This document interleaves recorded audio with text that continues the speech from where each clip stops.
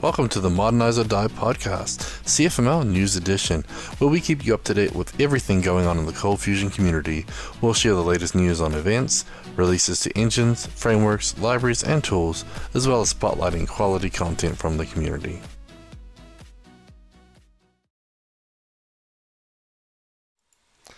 Welcome to the Modernize or Die podcast, CFML News Edition. It's episode 98, and it's April 6, 2021. I'm Gavin Pickens, software consultant for Ortus Solutions, and Brad Wood is joining me today. Congrats. You made it to the list. I can't believe it's already April 6th. This means school's out in like a month, practically. Just almost. How did this happen? Well, I don't know, more like 3 months for all those schools who started late. Oh, yeah. True. Yeah. Crazy. Moving along.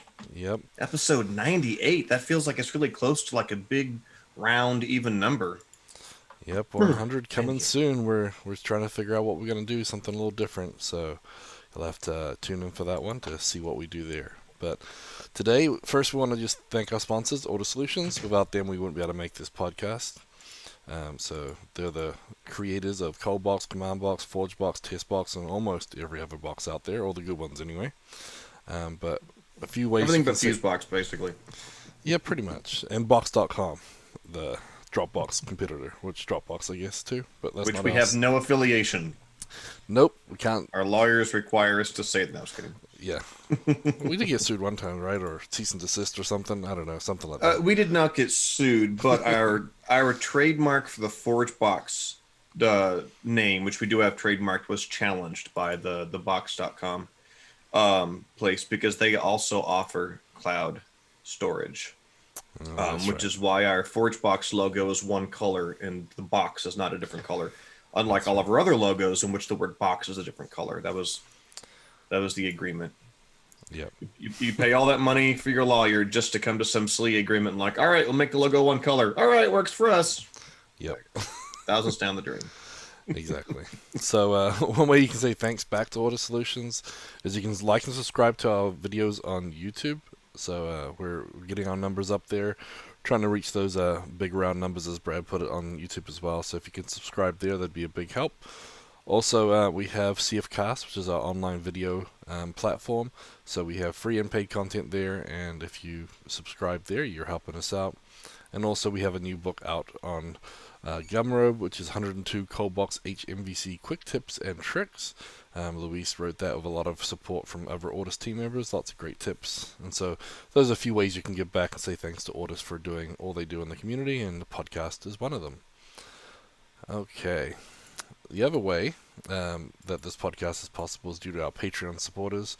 We've got over 30 supporters now, contributing almost 80% of this podcast funding. So you guys are doing a great job, and we'll tell you a little more about the Patreon supporters at the end of the show.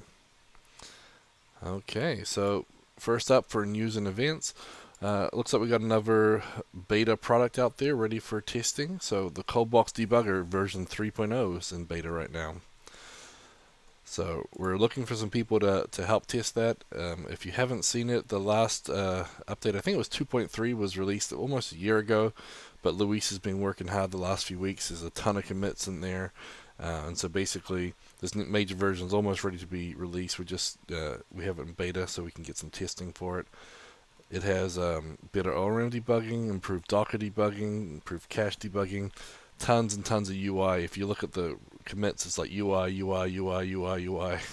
Lots of UI improvements everywhere. It's even got things like improving the reporting for Java versions, etc. If you're using Lucy, it ties into the Lucy IDs and everything. So I saw Luis's notes about this release, but I haven't had a chance to test it. I see that he bumped from 2.3 up to 3.0. Do you know if he has documented what any of the breaking changes are, or if there are any breaking changes? No, I'm not sure yet. I was looking through the commits just to see an idea of what's sort of gone on there. Just debuggers disabled in TestBox, lots of UI, Lucy ID tracking, Docker visualization. So I haven't seen what would be the breaking change. I don't know if it's just because he's spent weeks and weeks on it and it's like a ton of new stuff and he's redesigned the whole thing.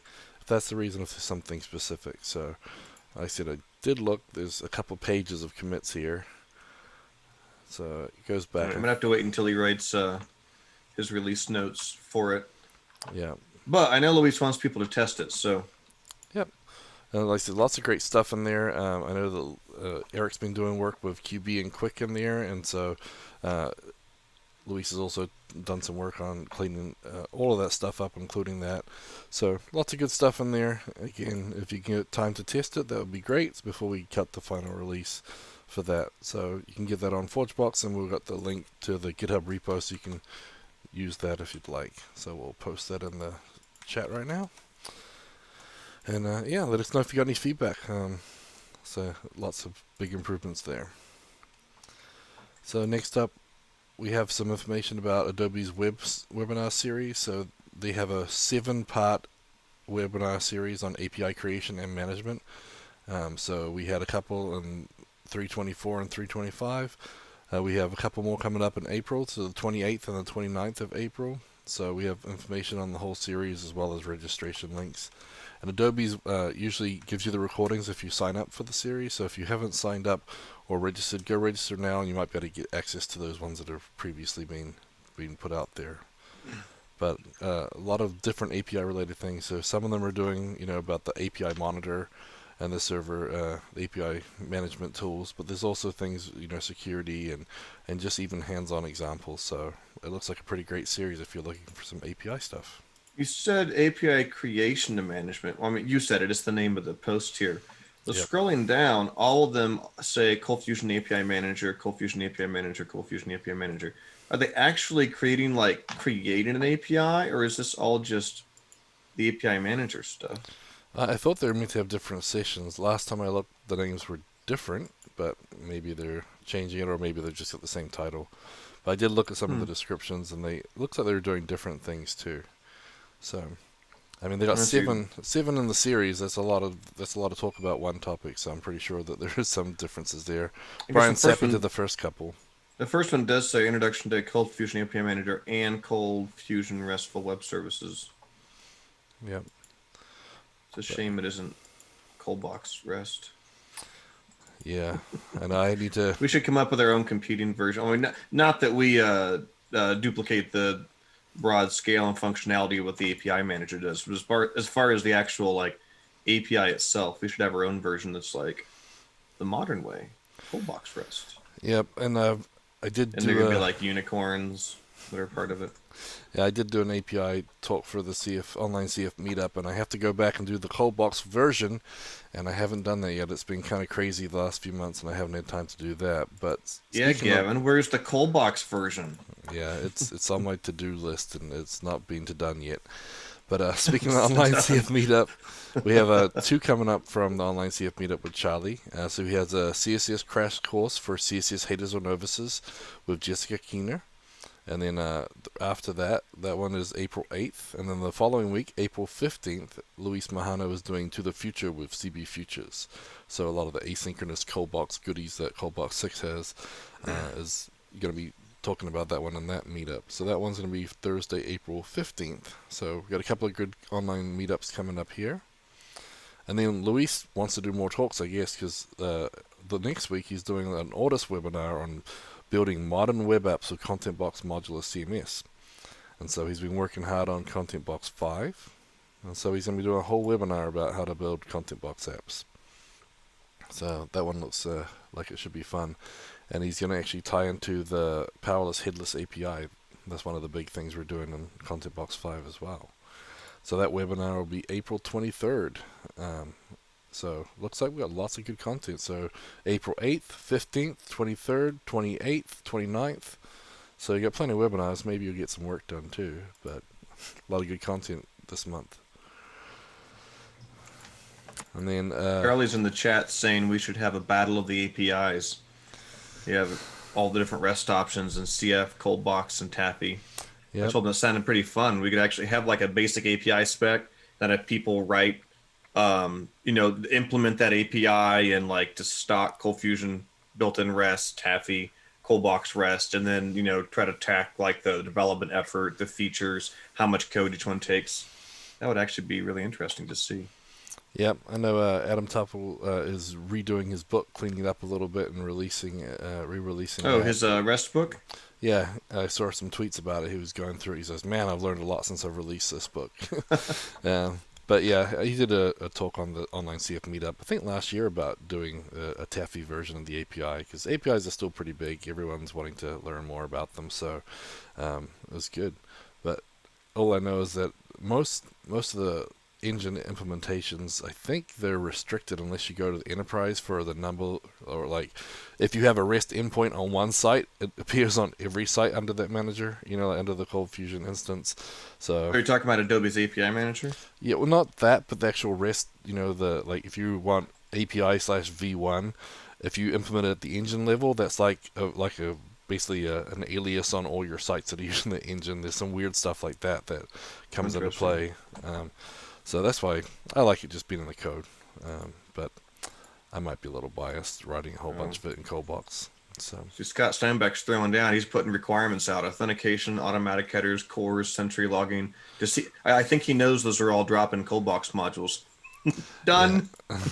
Exactly. We added all those to our ColdBox API. Yep. So that's it's definitely pretty easy with all the modules we have with ColdBox now. Because if it doesn't exist, we make it. So.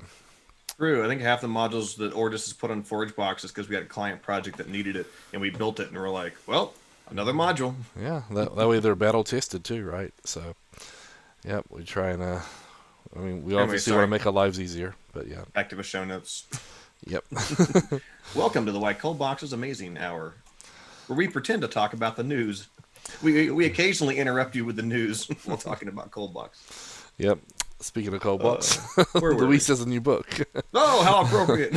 102 ColdBox HMVC quick tips and tricks, and there's probably a few of them in there talking about all the modules we use. Available on Gumroad. I have never heard of this website. Really? Gumroad.com. Yeah, it's an easy self-publisher tool. Nice. A lot of all those indie companies, startup sort of places that write books and do-it-yourself stuff use it. Wikipedia does not consider self-published books to be reliable sources for articles.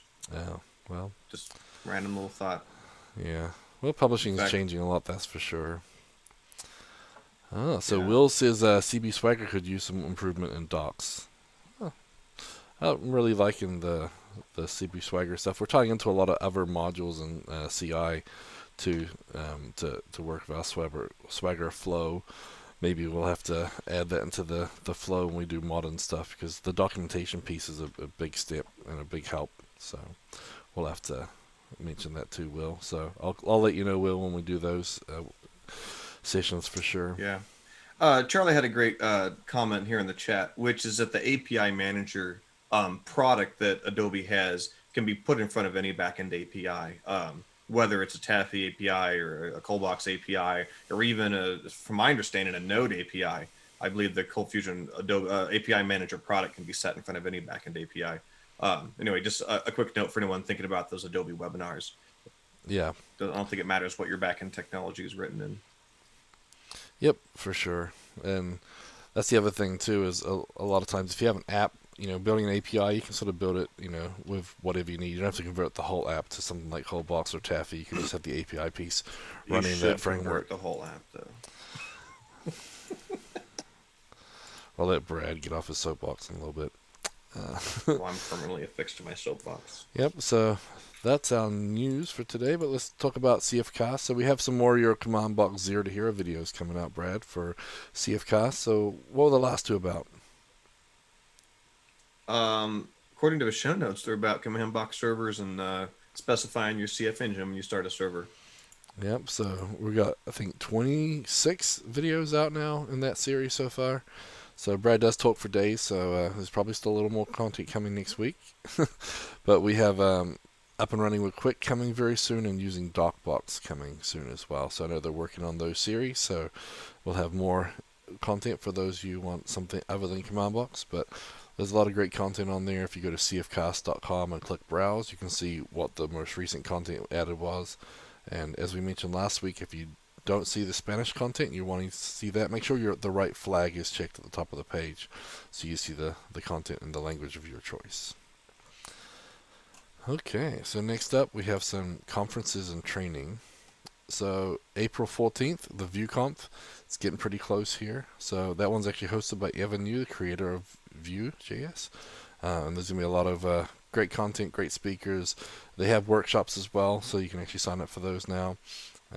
Live DJ, virtual party, attendee lightning talk. So a lot of good stuff going there.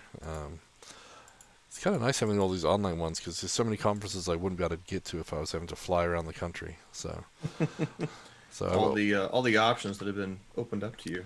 yeah, I finally actually was going to go to a real VueConf, and then it all went virtual with COVID. So I guess I'll have to wait for things to open back up for an in-person one.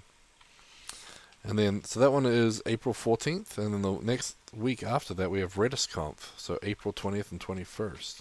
So Brad, are you going to be ready for this $100,000 hackathon that Redis is doing? I forgot about it since last week. Well, we still need to think up some really clever things we can build with it. Yep, so you guys in the chat, let us know what we should do for this $100,000 hackathon that involves Redis. Why do we have to be the people to do it? Well, I mean, as a community, let's try and get a little team that can do a hackathon and, put Cold Fusion on the map there. So there's a lot of good content as well other than the hackathon, but that's what everyone's been talking about with RedisConf. So that's 2 days, virtual, free, a lot of good information, and you can sign up for that at redislabs.com/RedisConf. Yeah, I don't doubt the tools that we have to build something cool. We just need an idea, a cool idea to build something for the hackathon. Yeah, that's what we need to chat. I'm bad at coming up with ideas from like nothing. My ideas are always, mothered by necessity, right? I need something and then I have the idea. It's hard for me just to like pull an idea out of the ether. Yep. We need a visionary. Is there a visionary out there? Vision us. Someone in chat should have a good idea for us. Okay. We also have Atlassian Teams 21. So being remote, working with your team, better teammates is even more important with the remote necessity. So Atlassian Teams 21 is on April 28th to 30th, and they have a lot of sessions around building your team, making your team better, more efficiency, communication, etc. And you can find that at events.atlassian.com/team21. And then we have AWS Summit Online Americas too. So, man, it's just conference after conference. Yep. So May 12th and 13th, online and free. And it's a lot of good content that AWS puts out every year. And I think this would be good for a lot of people wanting to maybe dip their toes in AWS. The summits are basically a real intro level. They sort of show you a bit of everything. So a lot of people wanting to try AWS out, this would be a good conference for you. A lot of people are starting to run Cold Fusion servers on like Fargate servers and things like that instead of just having to do your own EC2. But with a number of moving pieces in AWS, you definitely need to, attend a few of these sessions to figure out how they all fit together. In fact, AWS is nothing but moving pieces stacked on top of each other. Yep. It's built entirely with little Lego gears that are all moving and just don't step on them. Yeah, they got lots of options, that's for sure, but with great flexibility comes great complexity. So, but if you're wanting to dip your toes, the CF Summit is May 12th and 13th. It's online and free. It's really good, and if you get an in-person opportunity at some point in the future, there's tons of great swag there, right, Scott? Me and Scott attended one before, and we had bags and bags of swag, so we definitely made our swag limit. Binders of swag. Yep, and then May 27th, we have Dockercon. So it's a free one-day virtual event. A lot of good content there.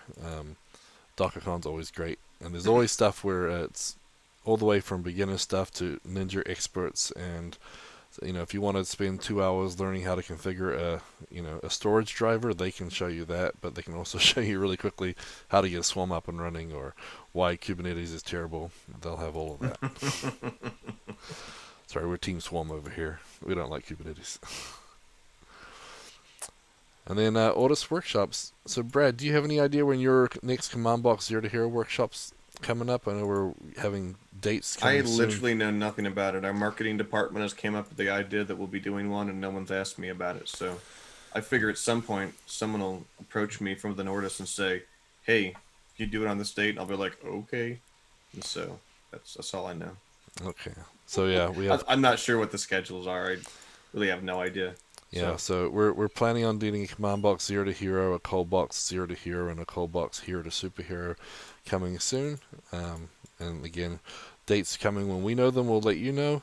But if you have a request, that can help jumpstart that training. So if you guys are looking for training on ColdBox or CommandBox, or even Quick, we did one earlier in the year. Let us know, and we'll see if we can get that moved up the schedule. And then we have some conferences coming from Ortus as well. So we have a Developer Week style Into the Box coming in September, and we'll have the call for speakers soon, and then Into the Box Latam, which will be in December. So a lot of good content coming. I can't believe we got 1, 2, 3, 3 in April, 2 in May, and then we got some later in the year. So obviously, if you want more conferences, you can't get enough here. Comps.tech has a lot of great conferences listed, and there's pretty much something for everybody there. So comps.tech.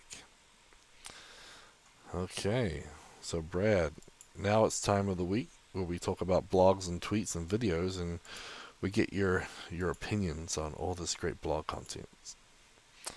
So first up, we have Ben Nadal, and he's talking about an interesting thing, which is rethinking error type schemas and naming conventions in this Cold Fusion app. So this one, I like this one actually, because he talked a little bit about throwing errors and how to manage them. And some people like different error codes for every different error they throw. Maybe they have code, and he even mentioned here that'd be nice to know what line it came from just by looking at the error message, or a lot of the application errors that they throw are all very generic. And so he kind of looked at a convention, which I'll scroll down for those watching, where they prefix everything with Envision app so they know that they're throwing a custom error, and then they sort of have dot notation to sort of break up the error code. So they may have an envision app.validation.invalid field, or envision app.forbidden.overquota.max project member count. So you sort of try to figure out different ways to set this up, and a way to envision app.context.error. So the errors were much easier to debug, because context is sort of everything when you're trying to figure that out. So have you ever come up with something like this? What's nice is when you use a service like Sentry, and you can pass through those error types, but also allows you to get some reporting on it as well, where you can filter type errors of certain types.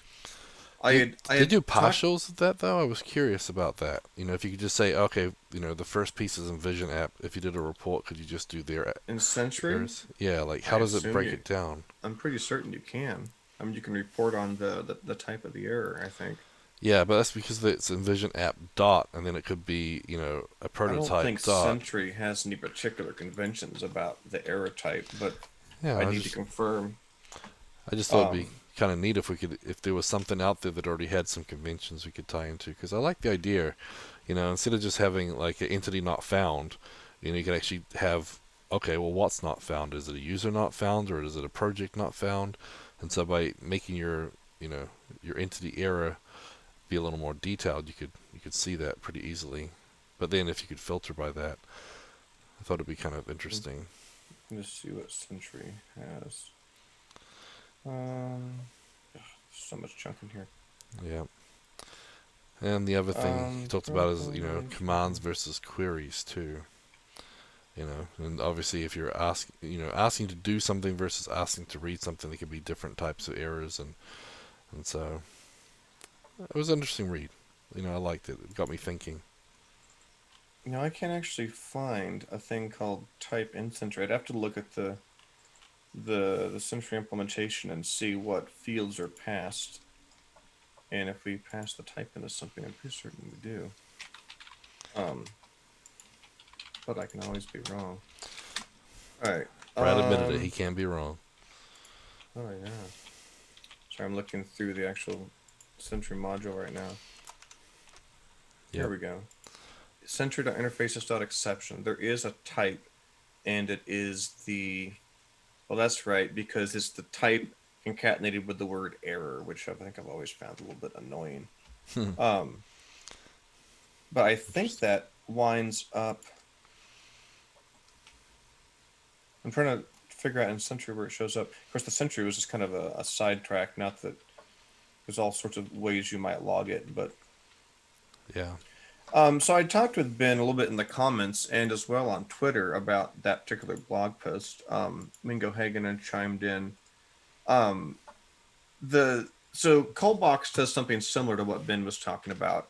Though I was actually surprised. I was thinking Luis did more of it, but Luis doesn't always do it. If you look at like the SES service or the routing service or whatever in ColdBox, it has different exceptions it throws for different types of error scenarios. And in that instance, they all start with SES dot. So it's, SES dot invalid route, SES dot, missing query string. I don't know, I'm making these up. I forget what the real ones were. Invalid namespace exception include routing. Yeah, there you go. You found my comment. And so what I didn't even realize both engines supported this. I hadn't tried it in a long time. If you throw an error with a type that has dots in it, you can catch just the first part of it. So yeah, you see the kill block on the screen. I have throw type equals SES dot invalid namespace exception. And you can wrap that in a try catch, and you can catch just SES. And it'll catch any error type that starts with SES dot anything. So if you wanted to catch any errors of a certain, subtype, if you will, you can do that. In other languages like Java, exceptions are implemented as a particular class. And so you have to use inheritance to be able to, catch a sort of like, super type class, such as you have an IO exception, and you can catch that. But in Java, you might have a subclass it as a Brad IO exception. In Cold Fusion, types are just strings, but it is interesting to note that those periods in a type will allow you to capture just the first part of it.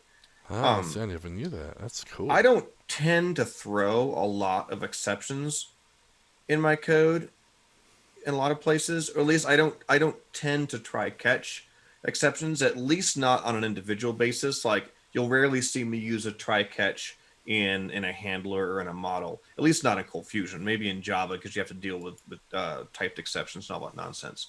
But I do like it, for instance, in ContentBox. And I use types there to be able to differentiate between a sort of expected exception or an exception that I kind of know why it happened or I want to deal with it differently, as opposed to just what in Java would be like a runtime exception, right? Just like, oh crap, that was weird. Something went like really south and I don't know what happened.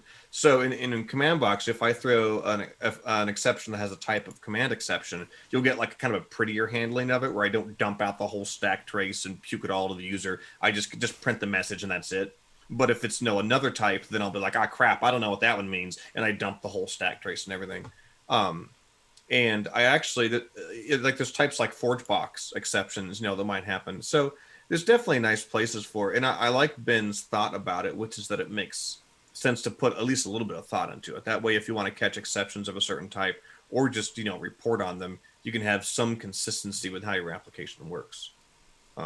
Anyway, and also, Eric Peterson also chimed in on Twitter.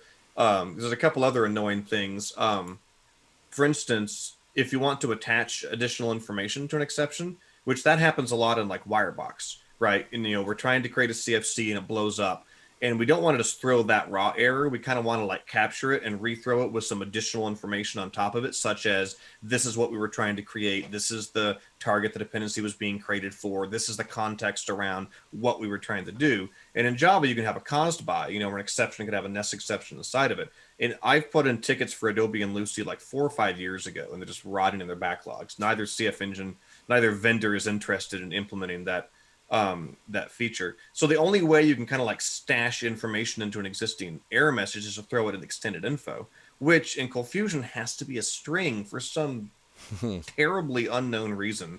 Somebody hates us as Cold Fusion developers, so your extra info can't be like a struct or an array. That would make so much more sense. Yeah, and so Eric was saying, because that's one of the great benefits of having a custom exception type in, say, Java, is you can, subclass an existing exception class, add your own, methods and properties onto it to capture additional information. We can't do that in Cold Fusion, and it kind of sucks. So you wind up having to like cram like JSON or something as a string into your extended info by convention, and then parse it back out. It works, but it just really feels like the exception handling in Cold Fusion could really get a bit of love. from Yeah. the vendors. But anyway, It would be nice. Yeah. yeah. Ben's post apparently triggered lots of things, and people, including me, were like, and another thing I hate about Cold Fusion's exception handling. Yep, for sure. But yeah, I definitely like the way you can bubble up, and that's definitely a good thing. I didn't know about the dot notation. I'm gonna have to start using that for sure, because that will make life a lot easier. So Yeah, exactly. cool. Well, next up we have a blog post from Charlie Earhart, and so confirming Cold Fusion's Java version via CFML code. And so I didn't read his post, but as soon as I saw it, I was like, "That's handy." And I totally run into this with clients or people on, the mailing list. or I'm even like, in "What version of ContentBox. Java?" Yeah, I'm like, "What version of Java is your server using?" And they're like, "I don't know." Yeah, we had to do that last And week when we were debugging something. We couldn't figure out which version of Java might be running, and we were jumping into this and that. And possibly, and I mean, CommandBox almost makes it a little bit harder because there's so many little knobs and dials you can turn to ask CommandBox to use certain versions that when a user comes and asks for help, I don't know which of those settings they may or may not have enabled. Yeah, you can get it from the administrator, like Charlie pointed out, but a lot of times you don't always have access to that. So yep, this is useful for if you're like, what version of Java is my server actually on? yep, And then you can, yeah, or as Charlie says in the chat, they might think it's on a certain version, but they're mistaken. Yeah, I mean, that's definitely true as well. It's nice to be able to give someone some instructions that will 100% certain say this is the version of Java you're on. yep. So CF 2018 and above, it's in the server.system.properties.java home and Java version. And then Lucy has server system properties java.version and java.home. And in 2016 and earlier, Java has its own system.getProperty methods. And so Charlie's got all the examples out here. I hadn't noticed that before. The difference between Adobe. I knew that Adobe did the server system property stuff. Does Adobe break out those dot delimited things to actually be nested structs? Looks like it, doesn't it? Because Lucy treats the singular Java system property name java.version as a singular struct key. Mm-hmm. Yep. What I'm trying to debate is whether Adobe actually stores it as a nested struct called Java, or if that's just an artifact of Adobe's vaguely ambiguous struct key resolution, which I know Lucy doesn't perfectly match on purpose because Misha doesn't always like how Adobe did it. Interesting. And Charlie said, yes, Brad. And Lucy does not. So that's interesting. Interesting. A little random factoid. There are places in Adobe Cold Fusion where you'll get different behavior based on whether you use dot notation or bracket notation for structs. Mm-hmm. And as on purpose, they have no intentions of changing it. Incompatibility in Lucy, you will always get the same behavior when you dereference a struct, regardless of whether you use dots or brackets. And that's very much on purpose. Misha hated that behavior in Adobe and he refused to implement it in Lucy. So occasionally you'll run into some edge cases where they treat them differently, and it's one of those on purpose things. Yeah, there's a few of them like that, but usually there's a good reason for it. Usually. Yeah. Usually it's backwards compatibility. Yeah. So we have another blog post from Ben Nadal, and this one was a pretty good one too. So this was a peek into interstitial costs of microservices. So I know this one caught your attention. So this was basically, Ben is going through merging microservices back into his monolith. And so, they microserved everything out, and then they decided to bring it back to a monolith. And so he's basically, reconsuming this Go microservice. And he said the interesting part of it, which was pretty cool, was that they had the Go service, they had to rewrite it and implement it in Cold Fusion, and then he looked at the performance difference between them. And so he has a stats-D histogram timing feature. And so this is all based on your average 95th percentile. So, it's basically just taking, looking at the high end, 95% I think is 2-3 standard deviations worth of stuff. And basically you can see when they implemented it, and the drop-off is quite impressive. So everything was taking, approximately 120 milliseconds previously, and then it dropped down to 40 milliseconds. And so they had to do the math on actually how much time Cold Fusion was using versus how much Go was actually using. And so he figured out, long story short, is that there was a difference basically of about 70 milliseconds, which was unaccounted for, which has to be due to latency. So basically, it was taking 120 milliseconds. Well, it doesn't have to be latency, but it is Well, overhead in the HTTP call. so yeah, so that's basically the Well, cost of them using let me put it this microservice. way: it doesn't have to be networking latency, which is typically what I think of when you say latency. Yeah, I'm still stuck on the word on the title of his post, interstitial. All right, here's the Merriam-Webster pronunciation: Interstitial. interstitial. Interstitial. Occurring in or being an interval of intervening space or segment. That literally means nothing to me. yep. And he quoted you What does here that too. mean? It means the timing between. That's pretty. That's a new word for me. I saw his post and I talked to him about it, but I'd completely missed that word pertaining to being in between things. Well, there you go.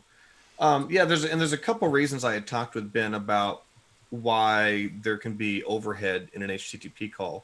And I don't remember if we talked about it in the podcast or not, but I just dealt with a client on Lucy a few weeks back that in a similar fashion to what Ben's doing, they had a Lucy-based Cold Fusion app, and they had moved all of their business logic into this Node web service. Sorry, I just get that gag reflex when I say Node. This JavaScript-based Node web service that was, interfacing with MongoDB and did all the caching. But every hit to their web page would be like 10 to 15 HTTP calls to these back-end, Node web services to get all this JSON data. And they were getting an incredible amount of just overhead of just making all these HTTP calls. I did point out to them, that Lucy can just connect directly to Mongo, right? Just skip that Node stuff. But unfortunately, this was a design decision they weren't planning on leaving. And so there was a ticket I put in for Lucy regarding the class loading overhead that appears to come from OSGI. And of course, the particular client I'm thinking of was originally on Lucy 5.2.9, which is quite old. And the class loading overhead, for some reason, was significantly slower on the older version. So half of their fix was just moving to the current version of Lucy. And that class loading got faster, but it's still measurably slow. And as far as I know, the ticket I put in is still sitting in the Lucy backlog. I had actually worked with them, and somewhere, I don't know where I told Ben this, because I don't know if it was on Twitter or if it was on Slack or on Discourse or what. He had asked about bypassing that. I'd actually worked with that particular client of ours to create just a raw little bit of Java code that would, create a connection for you and download it. That, of course, is missing a lot of features that CFHTTP gives you, but it was about twice as fast just with, just the pure overhead as CFHTTP. And that got their times down even farther. But one of the other things that chaps my hide is Lucy in 2021 still does not actually support connection pooling for subsequent HTTP requests. So like every other modern application in the face of planet Earth, including Adobe Cold Fusion, you make a CFHTTP call to the same endpoint 10 times in a row. The first time you resolve your DNS, you establish the TCP connection, possibly, an SSL layer, and then you, send and receive the HTTP call, and you keep that connection open. You can just reuse it for all the subsequent ones. Nope, not Lucy. This has really pissed me off because there was a ticket that Luis put in like 6 years ago asking Lucy to do connection pooling, and the ticket was closed and some code was added and it did not actually work. And I put in another ticket years ago saying, hey, this doesn't work. And there's been a pull request sitting in Lucy's repo for like 2 or 3 years with the fix for Lucy's connection pooling, unmerged. So yeah, things that piss off Brad.com. So that's another thing. So every time Lucy makes an HTTP call, you had that initialization of the TCP layer, which is, it might only be a few milliseconds, but you do it 10 or 15 times over the course of requests, and you do it under a load. Yeah, I mean, that stuff adds up. So all that's to say, I don't know what parts of that may or may not have been attributing to Ben's overhead with those CFHTTP calls. But all of those have the potential to. And of course, for Ben, the answer was just to eliminate the CFHTTP call to the backend Go service entirely and just put that functionality right there in Cold Fusion, which obviously worked very well for him. But yeah, this very interesting range of factors that that potentially can address this. And unfortunately, it's not all of it is infrastructure based, like, oh, well, this is the reason why microservices are a bad idea. Unfortunately, a couple of these are, in my opinion, just bad bugs in Lucy related to slow class loading, related to lack of connection pooling. And Lucy could probably make it quite a bit better if they would put some development effort into that. Now, on that note, I have yelled at Zach, and he is working on getting that connection pooling thing pushed through, because I think that probably stands to add some performance boost to any Lucy website. And kudos to Adobe for having working connection pooling for years and years, as far as I know, on their CFHTP tag. It really just makes sense for that to happen. Yeah. I mean, and as Ben sums up in that blog post, it's a design decision. Take your architecture and your networking and everything into account. If it's a small little microservice that doesn't hurt, there's not, maybe there's not a many-to-many relationship with the numbers of calls, then maybe moving to Cold Fusion makes sense. But if it's called so much that, Cold Fusion doing the same processing might overwhelm servers, then maybe a microservice is worth it. So you really have to weigh it up and figure out, is it worth to jump into that or not? So yeah, I mean, that's a good point. Every time you reach out to another server, that's a little bit of overhead. And you can say the same thing for cache servers. So Couchbase or Redis, all that, it's some layer is, CFHTP, or at least minimally a TCP connection. So every time you hit a cache server, you have that bit of overhead. And we actually saw that just recently in the ColdBox update. We did. We had some cache calls in ColdBox that, based on how your app is written, could happen like thousands of times a second. And for an in-memory cache, it was like, no big, who cares? And we, in this particular client app, we had it pointed to a Couchbase server, and suddenly thousands of requests over the network to a Couchbase server was a massive amount of it was a massive amount of network overhead. And we were like, oh yeah, that there's limitations when you scale as soon as you reach out over the network. And so I'd say that falls in the same category as microservice considerations, Yep, exactly. And as usual, testing under load will bring a lot more to your attention than just one little div server, playing around. Unfortunately, that particular client tested under production load. Yeah, and we'd actually simulated load. Yeah, and we tested it, and everything worked good, looked good, and it looked good for a while. On the staging server with 3 users, it worked fine. Yeah, but it was just one of those things where eventually it just stacked up, and and obviously the fix had best intentions in mind, and we just like, well, we don't actually need to cache that between instances. This is something that is on a per node basis in Docker is fine, so we just put it in memory, and voila, problem solved. But yeah, interesting for sure. Okay, so Ben's got another blog post here, and this one's another one is make you think as well. I like those blog posts. Things I regret, it says. Yeah, returning modified data in the API response payload. And so I didn't read this one of his. What is this one about? So this one's about like when you're renaming a contact, for example. A lot of times APIs will give you back a full entity if you do an update. Oh, okay. So you're like, here's the update for the entity, and the API is like, okay, I'm giving it all back to you. So okay, yeah. And so stuff like that. And so basically he said he used to do that, and then of course they had added more and more, things into the user, and, basically over time, in the end, it got to the point where, I didn't actually want all that crap back. I didn't need all that stuff back. I just needed yep, it's updated.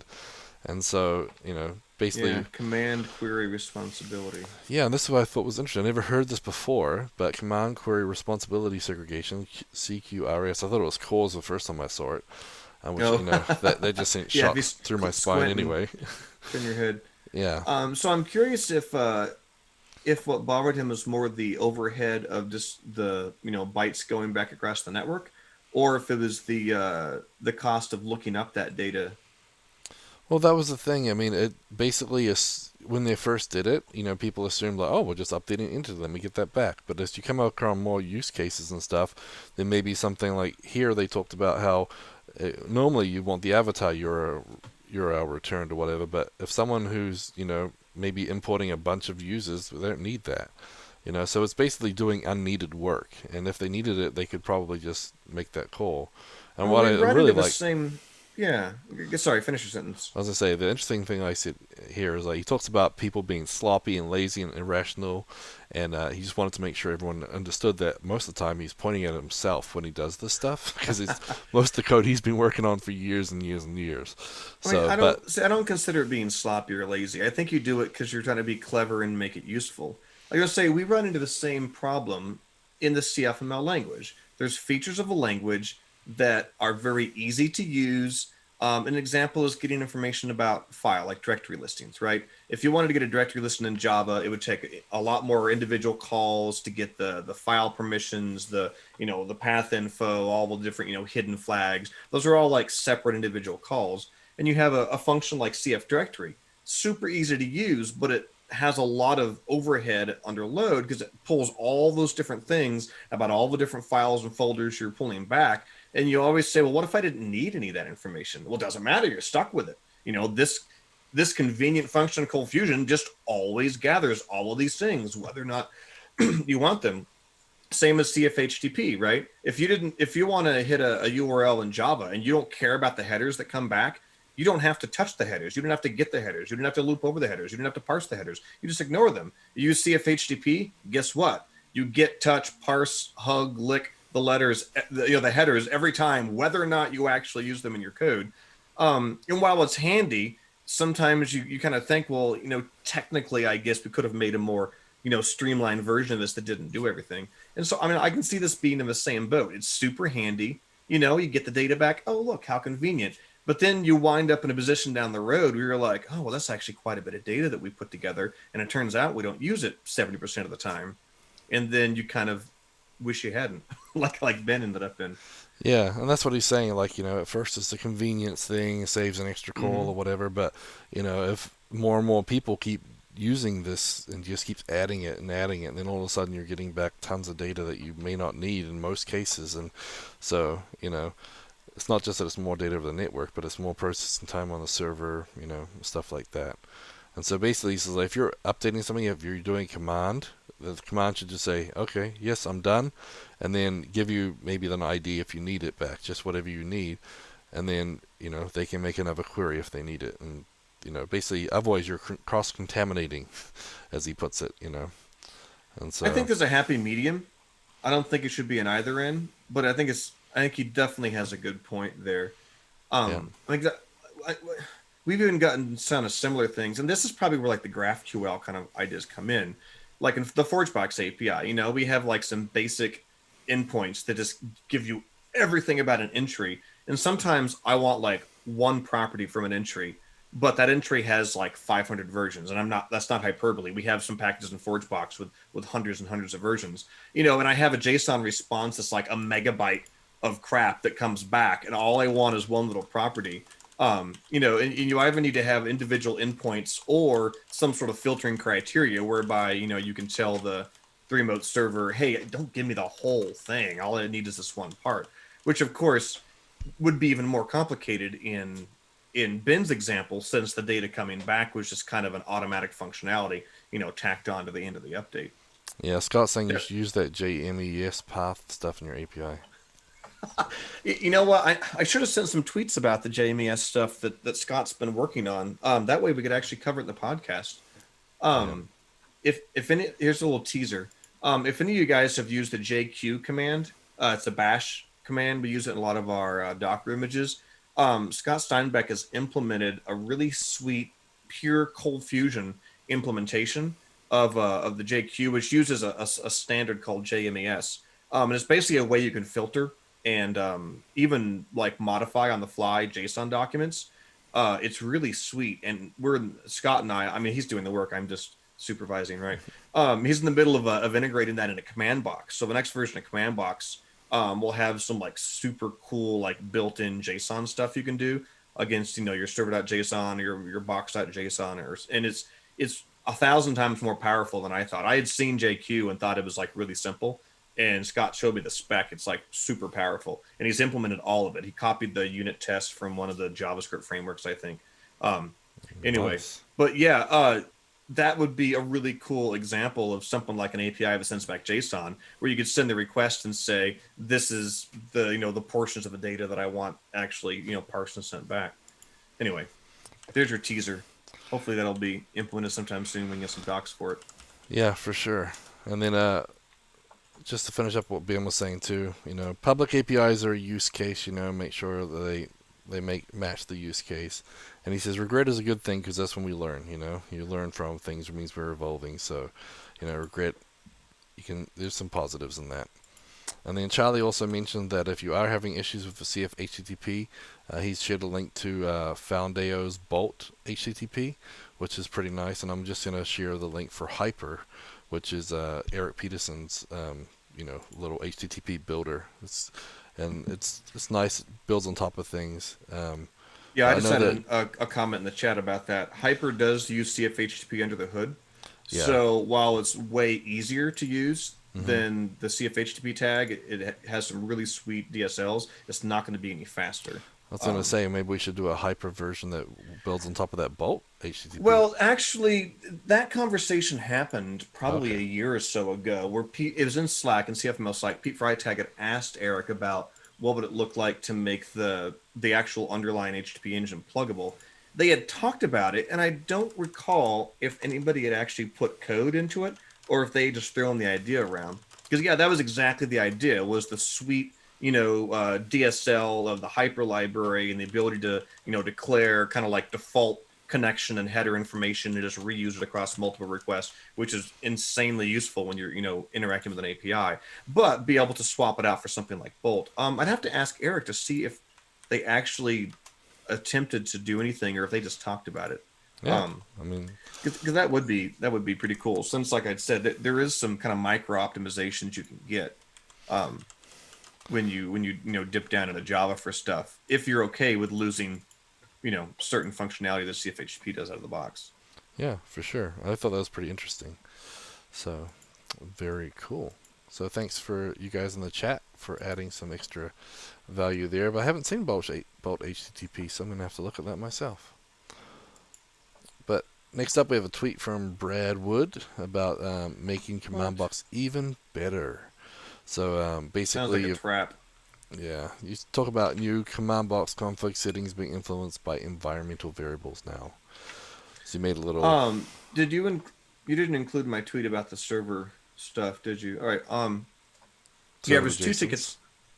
Yeah, well, I guess it shows up on your screen right there. I just replied to my original tweet.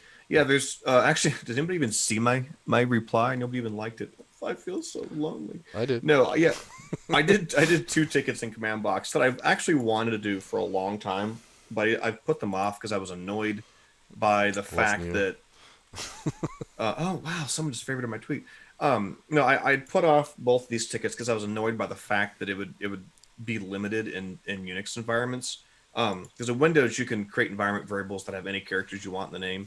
And in Linux, you're restricted to only letters, numbers, and underscores, which is kind of lame, but whatever.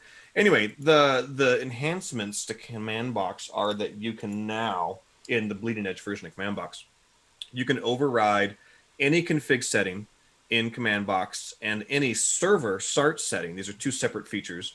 So config settings are like, is an interactive terminal? What's your ForgeBox API key? How do you want, I don't know.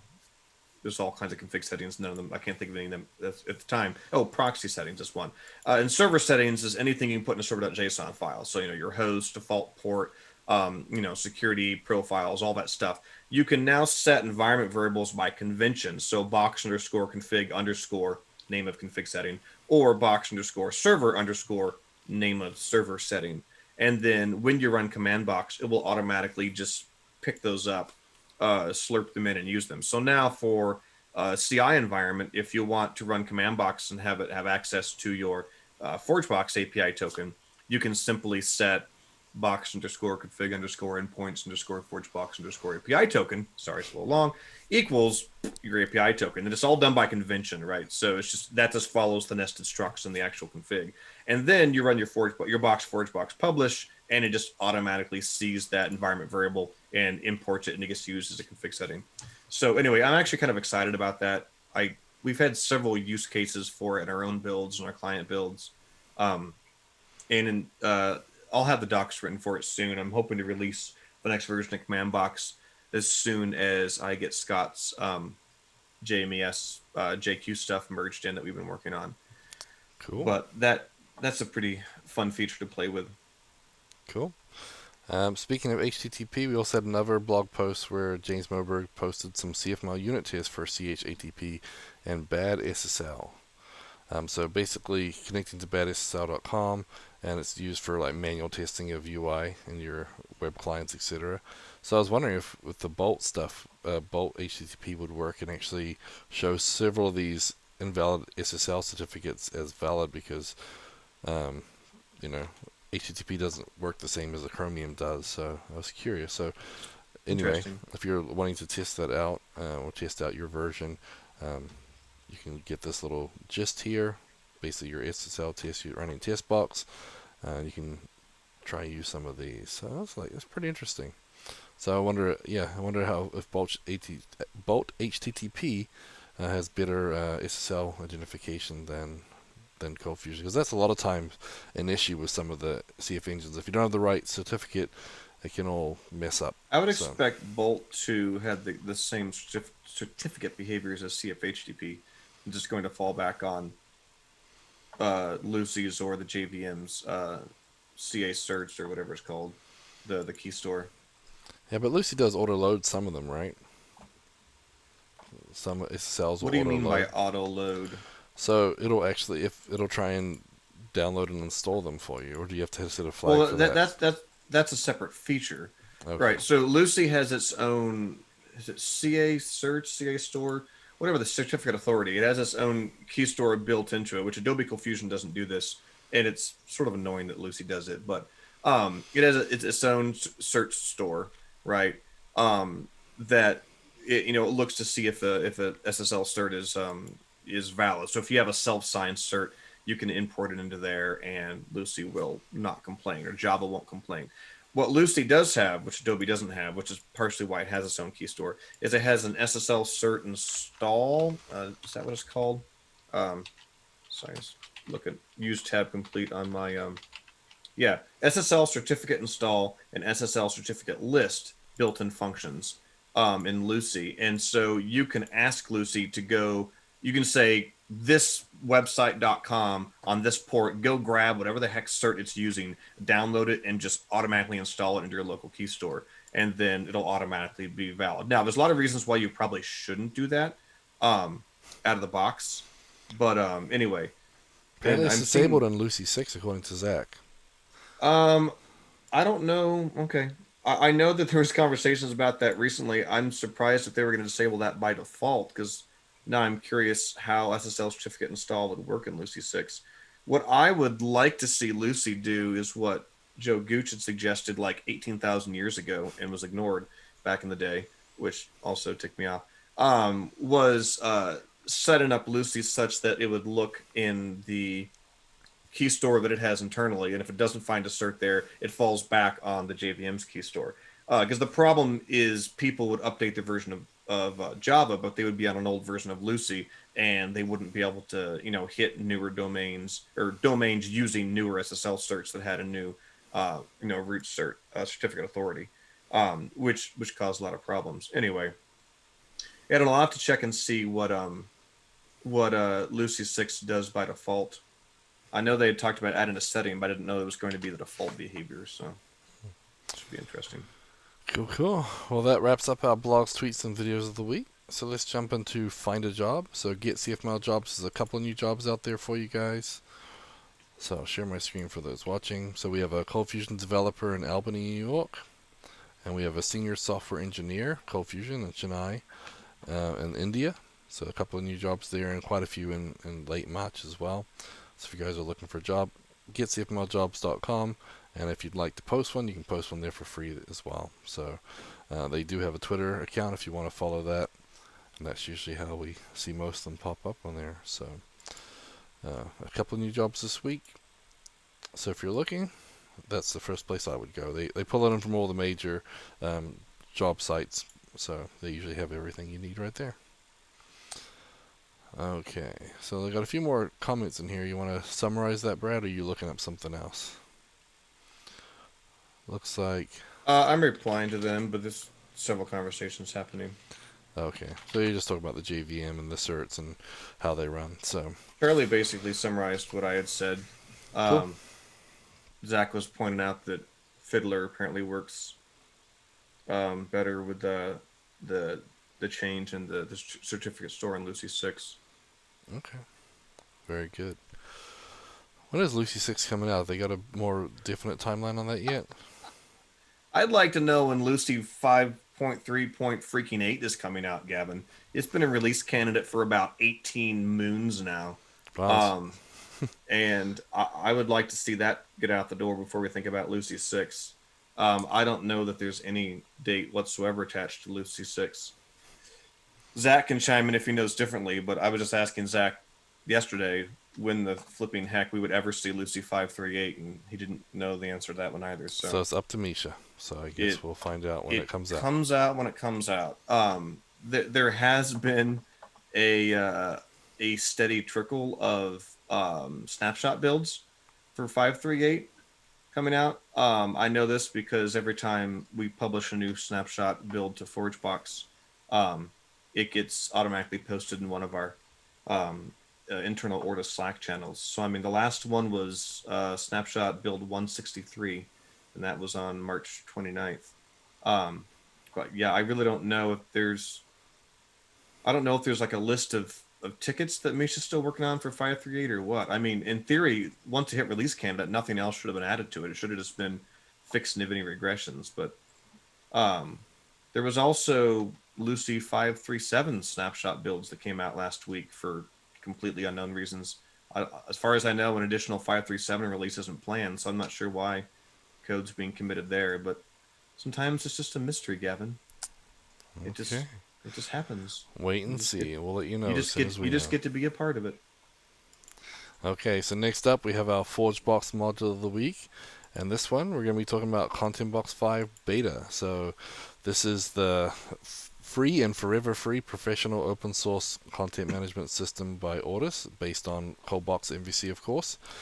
And if you're wanting to give that a test run, we have ContentBox at BE at Bleeding Edge that you can install from CommandBox, and that'll give you ContentBox 5, which has the multi-site and all the new goodness that we've been working on. If you just install ContentBox without the at BE, you get the traditional version. So if you go to ContentBox on ForgeBox, there are a couple of different ways to install this though. So depending if you want the module or if you want the site itself, so there's a couple of different ways. If you just want the module, you can install it into an existing app, but otherwise you should install ContentBox-site.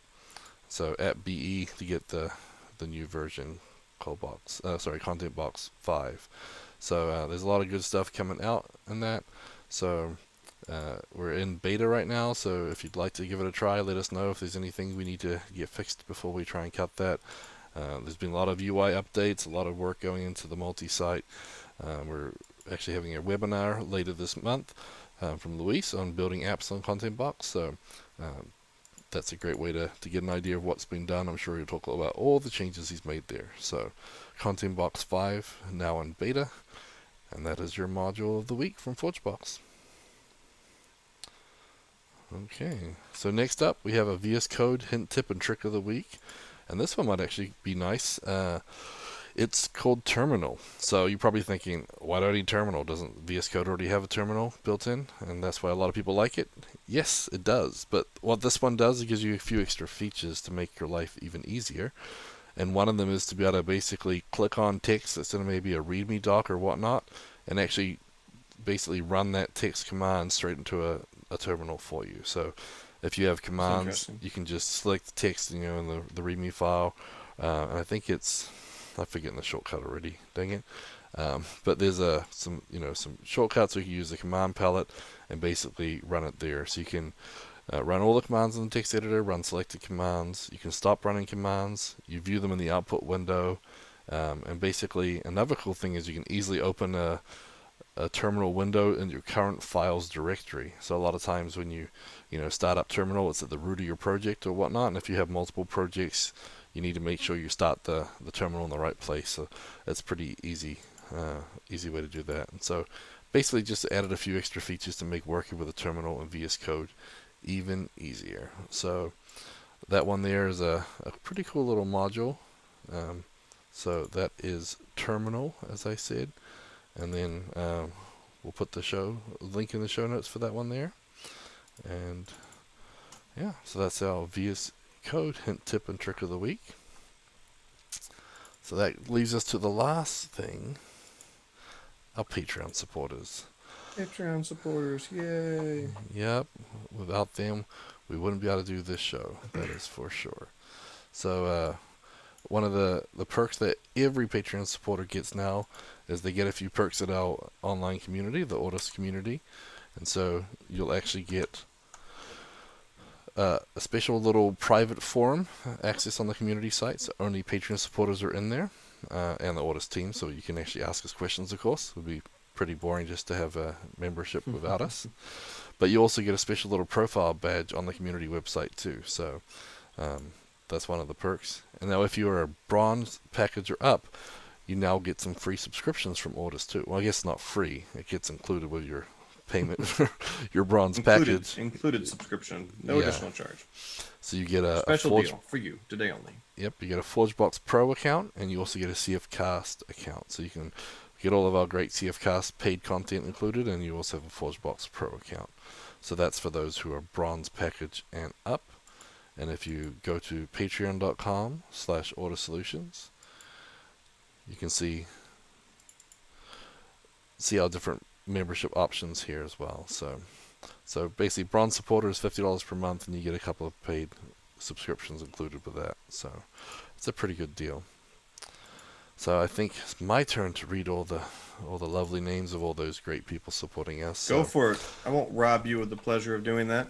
So thank you very much, Don Bellamy, Eric Hoffman, David Bellinger, Gary Knight, Giancarlo Gomez, Jonathan Perrett, Mario Rodriguez, Jeffrey McGee from Sunstar Media, John Wilson from Synaptrix, Yogesh Mathur, Joseph Lamory, Ben Nadal, Brett DeLine, Calvin Staton, Charlie Earhart, Dan Carr, Daniel Garcia, Didier Lesnicki, Edgardo Cabezas, Jan Yannick, Jason Diger, Jeff McLean, Jeremy Adams, Joseph Erickson, Jordan Clark, Kai Koenig, Laxma Terahari, Leon Ceramalis, Matthew Darby, Matthew Clementi, Mingo Hagen, Patrick Flynn, Ross Phillips, Scott Steinbeck, Stephanie Mungie, and Stephen Klotz. So thank you, all of you.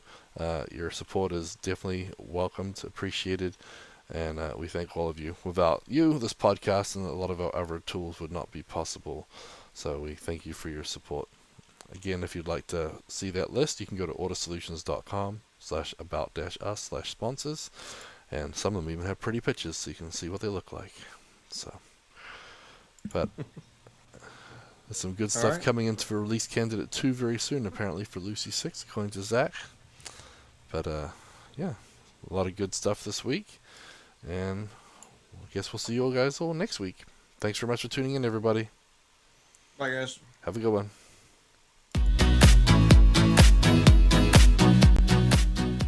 Show notes for this episode can be found at cfmlnews.modernizeordie.io, where you can also subscribe to your favorite podcast player like Spotify or iTunes. We also have the link to YouTube to find more videos just like this. The music used in this podcast is under a royalty-free license from Sound.com and Blue Tree Audio.